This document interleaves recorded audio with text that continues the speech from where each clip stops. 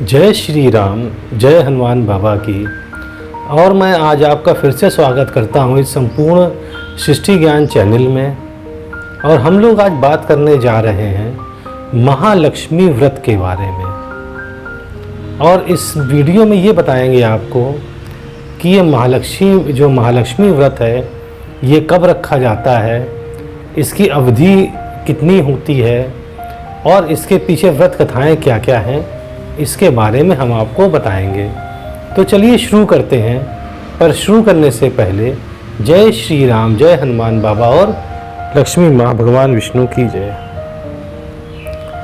देखिए, जैसा मैंने आपको बताया कि जो महालक्ष्मी व्रत है ये माता लक्ष्मी को खुश करने के लिए किया जाता है, जिससे कि आपके घर में संपन्नता बढ़े, वैभव बढ़े और धन धान भरा रहे आपके घर में और किसी चीज़ की कमी ना रहे।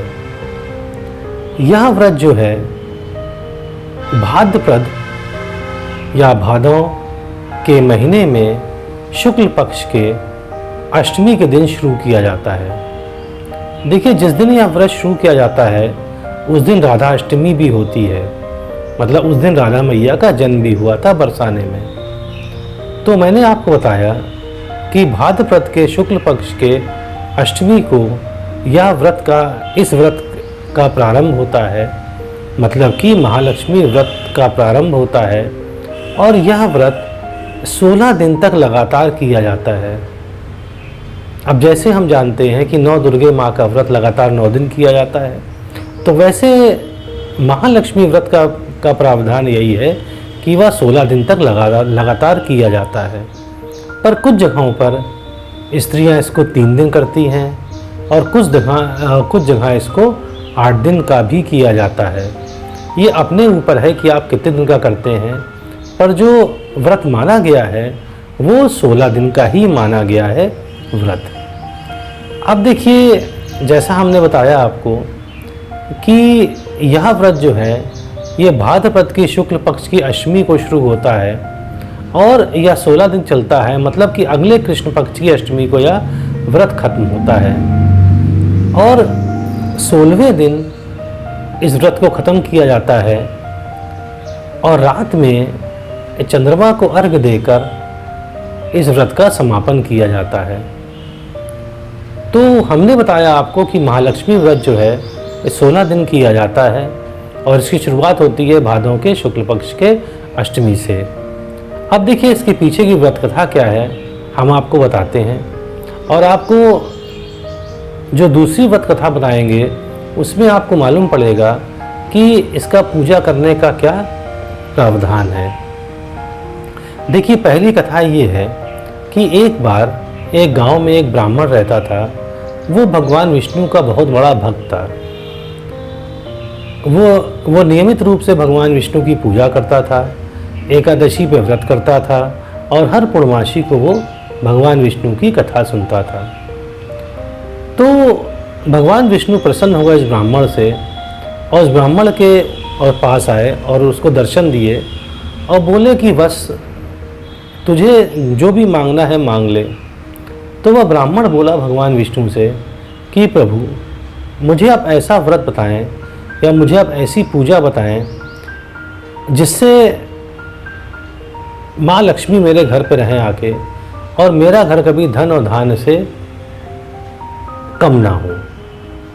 तो भगवान विष्णु बोले कि देखो, ऐसा है, तुमको मैं ये बता देता हूँ कि तुम्हें करना क्या है और उसके बाद जो तुम पूछोगे जो तुमने मुझसे पूछा है व्रत, उसका तुम्हें जवाब अपने आप मिल जाएगा।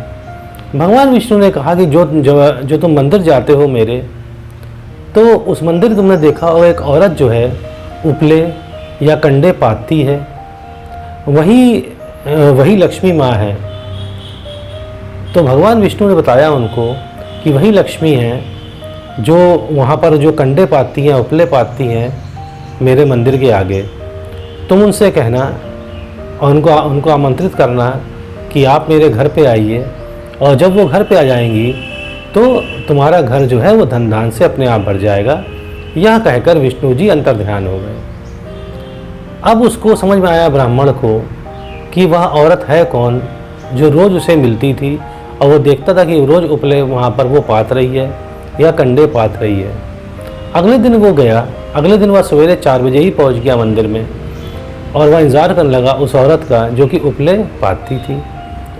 वह औरत आई लक्ष्मी माँ के रूप में, तो ब्राह्मण उनके सामने हाथ जोड़कर खड़ा हो गया और उस औरत से कहा, उस ब्राह्मण ने, आप चलिए मेरे घर पे आप आमंत्रित हैं और मेरे घर पे आप चल के भोजन कीजिए।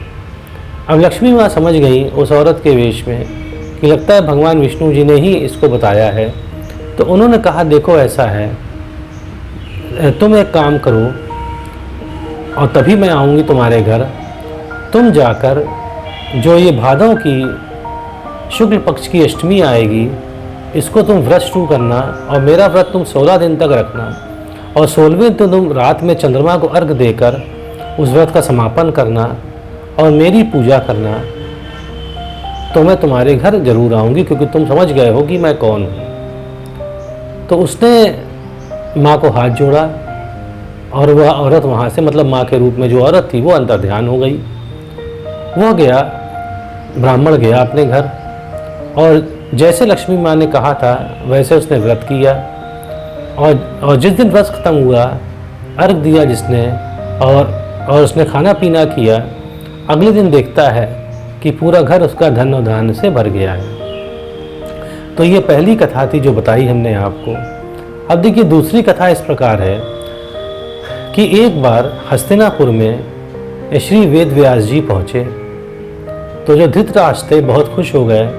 उन्होंने तुरंत सिंहासन पर बिठाया वेद व्यास जी को और उनके पैर धोए और तब तक माता कुंती और माता गांधारी पहुंच गईं और दोनों हाथ जोड़कर बैठ गईं वेद व्यास जी के सामने।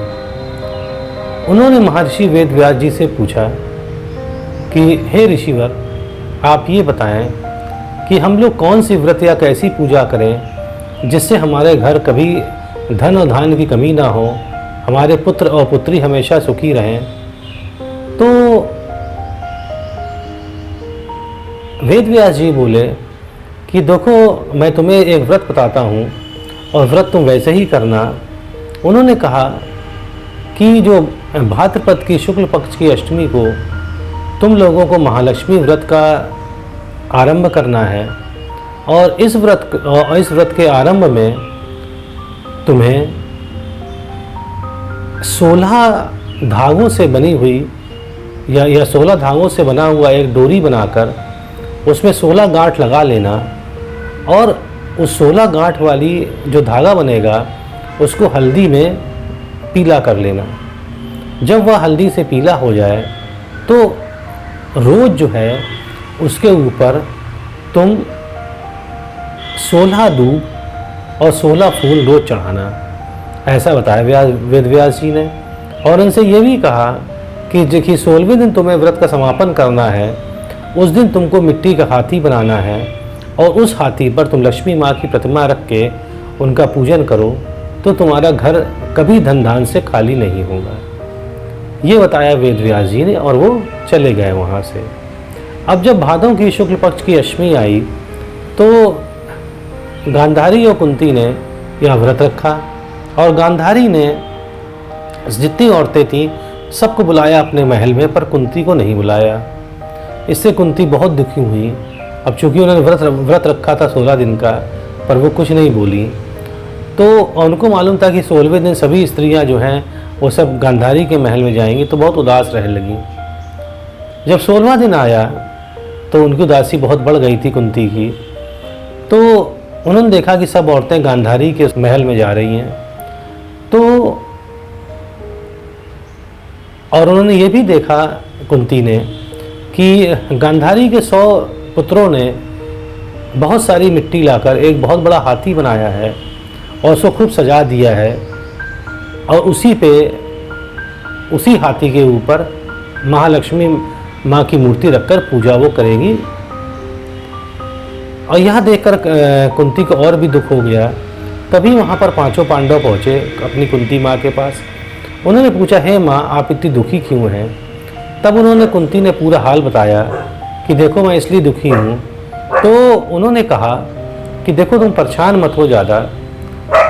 अर्जुन ने कहा कोई बात नहीं, आज मैं ऐसा कुछ कर दूंगा कि जो इंद्रदेव का जो हाथी ऐरावत है वो यहाँ पर आ जाएंगे और उनकी तुम पूजा कर लेना।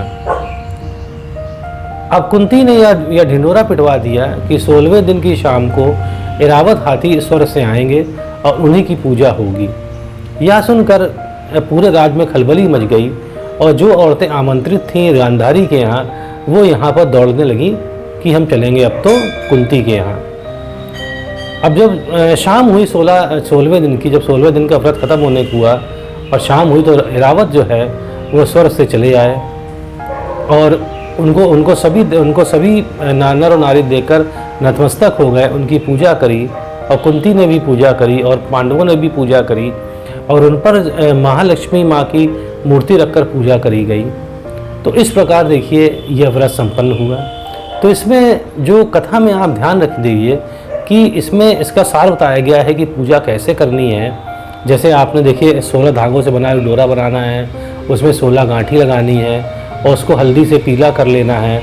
उसके पश्चात उसको 16 दिन तक उस पर 16 दूब और 16 उस पर जल फूल चढ़ाना है। तो यह पूजा को सारांश इसमें बताया गया है और इसमें हाथी के ऊपर लक्ष्मी माँ को बिठाकर पूजा करनी है। तो देखिए ये हमने बताया है आपको कि महालक्ष्मी व्रत क्या होता है, इसकी व्रत कथा क्या है और इसका महत्व क्या है, इससे फ़ायदा क्या होता है। ये उम्मीद है आपको समझ में आ गया होगा। अच्छा लगता है तो सब्सक्राइब करिएगा। जय श्री राम, जय हनुमान बाबा, जय महालक्ष्मी माँ की जय।